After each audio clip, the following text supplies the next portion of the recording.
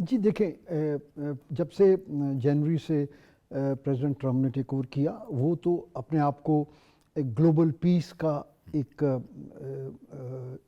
Established global leader جو ہے وہ تصور کرتے ہیں اور اس کے لیے وہ ہر وقت کوشاں بھی ہیں.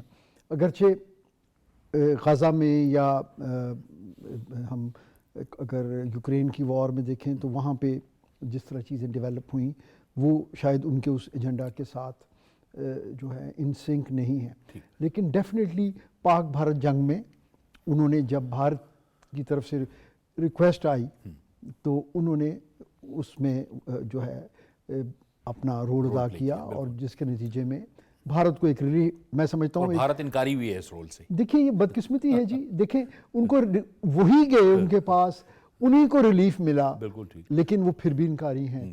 تو ہم نے تو بندوبست کر رکھا تھا ان کا جو ہم نے ثابت کیا ہے. یہ ان کی بس جی ان کی ادائیں ہیں ہم کیا کہہ سکتے ہیں.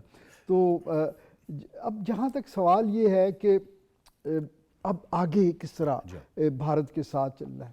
بھارت نے دیکھیں اپنی کائنیٹک اپلیکیشن کر کے دیکھ لیا.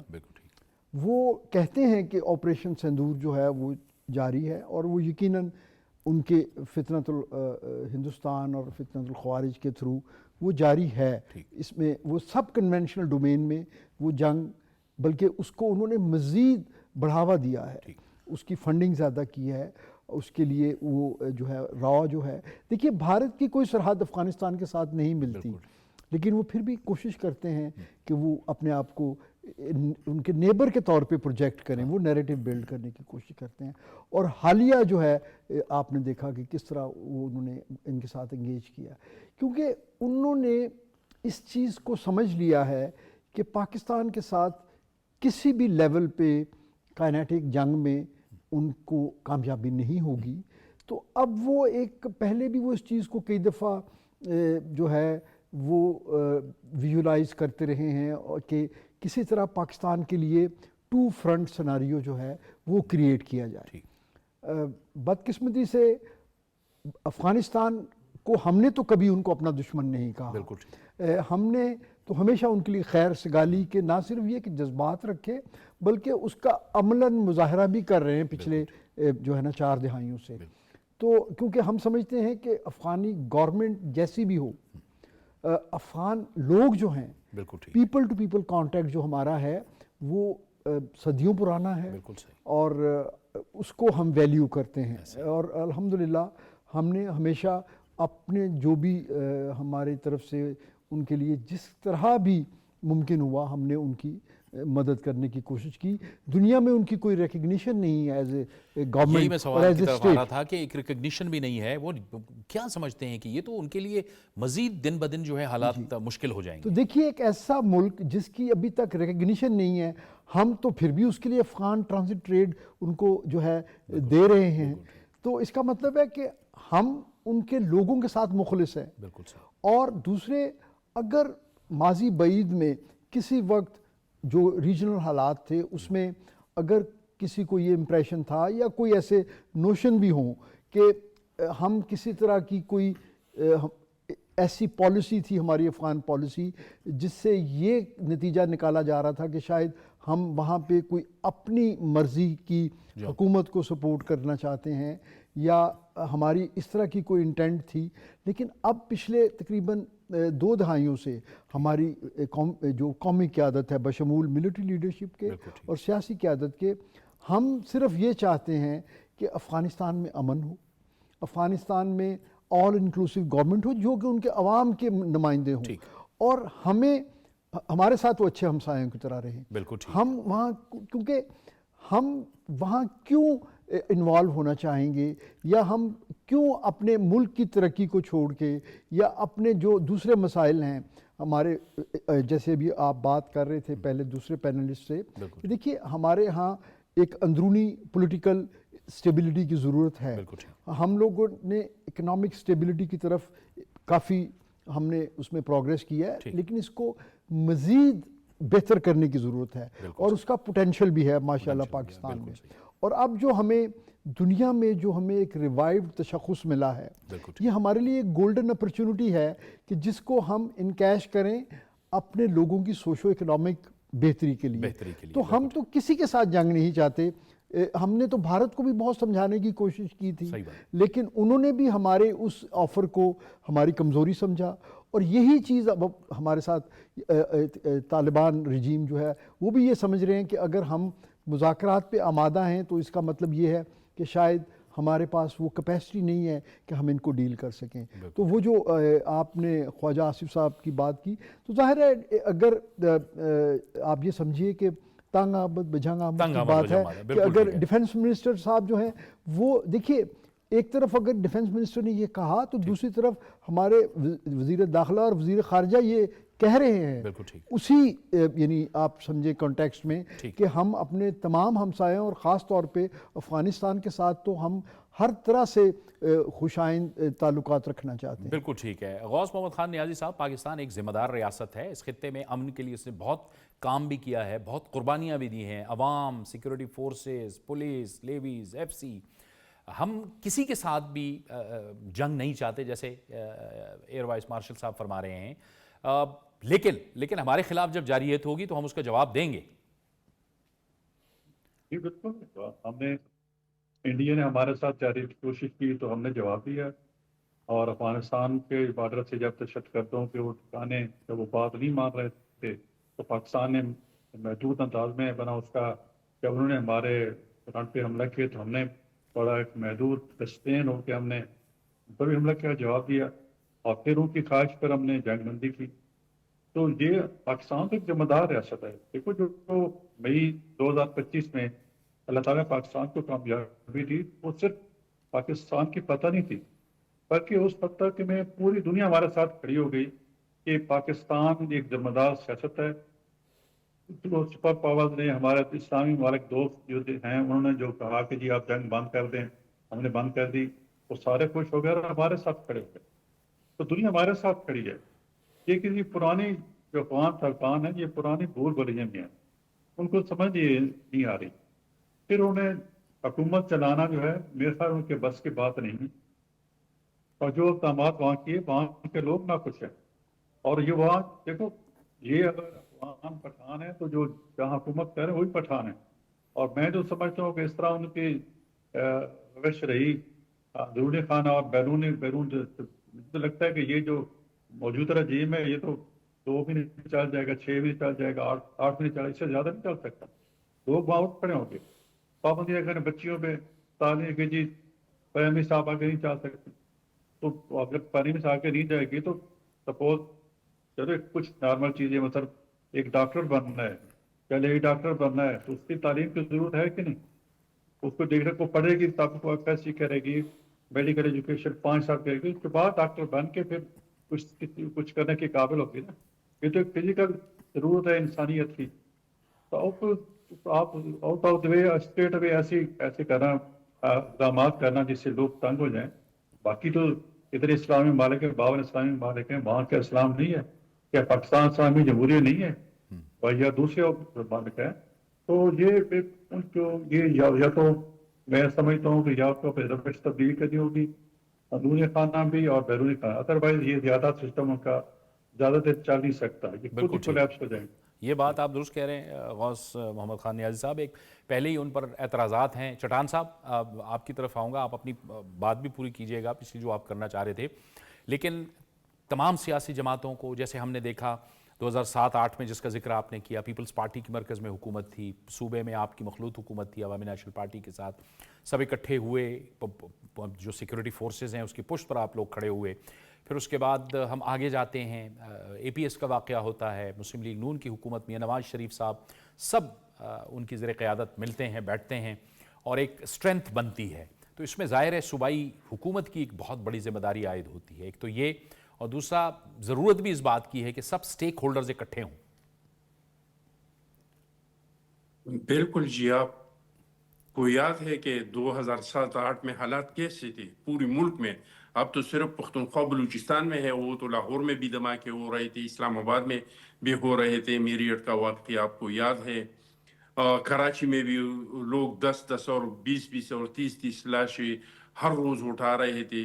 لیکن جب ہم سارے ایک پیج پہ آ گئے تو آپ کو پتہ ہے کہ یہ جو پراکسی وار ہے اس میں امریکہ کو عراق میں شکست ہوئی، لیبیا میں شکست ہوئی، لیکن اللہ کا لاکھ لاکھ شکر ہے کہ پاکستان کے فورسز اور پاکستان کے عوام اور پاکستان کی ریاست اس میں کامیاب ہوئی۔ ہم نے سوات پہ پاکستان کا جھنڈا لگایا، بلوچستان میں دوبارہ ترانہ بجانا شروع کیا اور ٹرائبل ایریا پہ ریٹ آف دی گورنمنٹ قائم کیا۔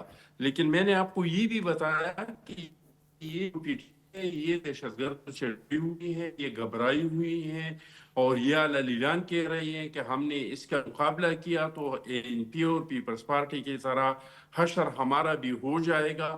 تو وہ اس کے خلاف نہیں لڑنا چاہتے ہیں بلکہ ان کو بتے دیتے ہیں۔ یہ ان کی سہولت کار ہے، ہر قسم کی سہولت کاری میں پختونخوا حکومت، ان کی ایم پی ایز، ان کے ایم این ایز، ان کے ورکرز اگر سہولت کاروں کے خلاف ریاست نے کارروائی شروع کر دی تو آپ دیکھ لیں گے کہ وہ سارے کے سارے پی ٹی آئی کے گھروں سے جو ہیں وہ نکلیں گے۔ جہاں تک افغانستان کی بات ہے تو افغانستان میں تو سب سے پہلے ان لوگوں سے یہ پوچھنا چاہیے جو لوگ کہتے تھے اشرف غنی اور کرزئی کی حکومت میں کہ یہ راہ کا حکومت ہے، یہ خاد کا حکومت ہے، یہ موساد کا حکومت ہے، اور جب یہ ختم ہو جائے گا تو افغانستان میں بھی امن آئے گا اور پاکستان میں بھی امن آئے گا۔ اور یہ جب کہہ رہے تھے کہ یہ گڈ طالبان ہے اور یہ بیڈ طالبان ہے تو ان لوگوں سے تو بھی ایک بار پوچھنا چاہیے۔ میں سمجھتا ہوں کہ آپ امارات اسلامی نے پاکستان کے لیے کوئی راستہ نہیں چھوڑا ہے۔ واحد راستہ یہ ہے کہ جو پاکستان نے ہر حجت تمام کیا، پاکستان نے ان کے ساتھ مذاکرات کی، یہ بار بار ہمارے وزیر خارجہ گیا، وزیر دفاع گیا، کوئی راستہ ہمارے لیے نہیں چھوڑا۔ وہی راستہ چھوڑ دیا ہے کہ جہاں سے پاکستان پہ حملہ ہوگا پاکستان جا کے وہاں پہ حملہ کرے۔ یہ تو شارٹ ٹرم پالیسی ہے، لیکن ہم سمجھتے ہیں کہ اگر ہم چاہتے ہیں کہ افغانستان کے ساتھ ہمارے اچھے تعلقات ہوں تو ہم اپنی پالیسی کو ریوزٹ کریں۔ اب ہم کو ماننا چاہیے کہ ہمارا افغانستان کے بارے میں پالیسی غلط ہے۔ ہم نے کتنے تجربے کی، کرزئی حکومت ہمارا خلاف، طالبان کا حکومت ہمارا خلاف، مجاہدین کا حکومت ہمارا خلاف، امارات اسلامی کا حکومت ہمارا خلاف۔ تو ہم ٹھیک ہے اب چٹان صاحب، چاہیے وقت بھی ختم ہو گیا۔ بہت بہت شکریہ آپ کا اخونزادہ چٹان صاحب، غوث محمد خان نیازی صاحب آپ کا بھی شکریہ، وائس مارشل اعجاز محمود صاحب آپ کا بھی بہت بہت شکریہ، آپ ہمارے ساتھ شریک گفتگو رہے۔ یہ تھا ہمارا آج کا پروگرام۔ جاوید اقبال کو اجازت دیجیے، اللہ حافظ۔